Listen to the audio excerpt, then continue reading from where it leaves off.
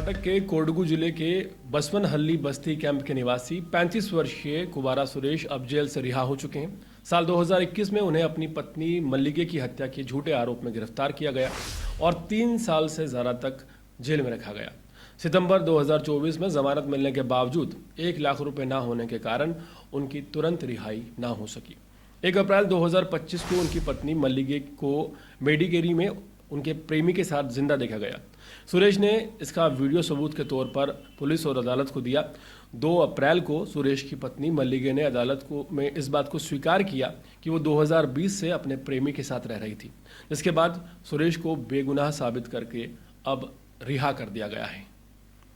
कुबारा सुरेश की कहानी एक ऐसे आदमी की कहानी है जिसके साथ बहुत अन्याय हुआ। सुरेश को एक ऐसे जुर्म के लिए 3 साल से ज़्यादा जेल में रहना पड़ा जो असल में हुआ ही नहीं था। सोचिए, किसी बेगुनाह को जेल में डाल दिया जाता है, वो भी तब जब उसने कुछ भी गलत नहीं किया था। उसे उसकी पत्नी मल्लिगे की हत्या के झूठे इल्जाम में गिरफ्तार किया गया था। इस आरोप ने न सिर्फ सुरेश की आज़ादी छीन ली बल्कि उसके पूरे परिवार को बहुत मुश्किलों में डाल दिया। जमानत मिलने के बाद भी सुरेश की तुरंत रिहाई ना हो पाना इस बात को दिखाता है कि गरीब और आम आदमी के लिए न्याय पाना कितना मुश्किल हो सकता है।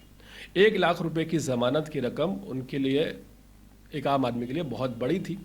वो पहले ही अपने ज़िंदगी के कई कीमती साल जेल में बिता चुके थे और अब पैसों की कमी के चलते उनका बाहर आना आसान नहीं था। 1 अप्रैल 2025 को मल्लिगे का जिंदा मिलना इस पूरी कहानी का सबसे चौंकाने वाला मोड़ था। ये सुरेश के लिए एक बड़ी राहत लेकर आया, लेकिन साथ ही इसने पुलिस और न्याय व्यवस्था की बड़ी गलती को सबके सामने लाकर रख दिया। अगर सुरेश के दोस्त सतर्क ना होते, सुरेश ने तुरंत सही कदम ना उठाया होता, तो शायद ये सच्चाई कभी भी किसी के सामने नहीं आ पाती। उनके साहस और समझदारी ने ही इस मामले को उजागर किया। अब सुरेश अपने परिवार के साथ वापस आ चुके हैं। उनके बेटे कृष्ण की पढ़ाई और बेटी कीर्ति के साथ उनके लिए एक नई शुरुआत की तरह है। इतने लंबे और दर्द भरे समय के बाद भी अपने परिवार के लोगों के साथ फिर से जुड़ पाना उनके लिए बहुत सुकून और खुशी की बात है। ये एक नई जिंदगी की शुरुआत है जहां अब उम्मीद और प्यार है। वहीं अदालत ने पुलिस की लापरवाही की जांच करने के आदेश जारी कर दिए हैं और रिपोर्ट 17 अप्रैल 2025 तक जमा करने को कहा है। सुरेश फिलहाल अपनी ज़िंदगी को फिर से शुरू करने की कोशिश कर रहा है, लेकिन पुलिस की गलती की जांच अभी भी चल रही है। सुरेश अब आज़ाद है और अपने बच्चों के साथ है, पर पुलिस की गड़बड़ी की वजह से उसे जो परेशानी हुई उसकी जांच अभी बाकी है।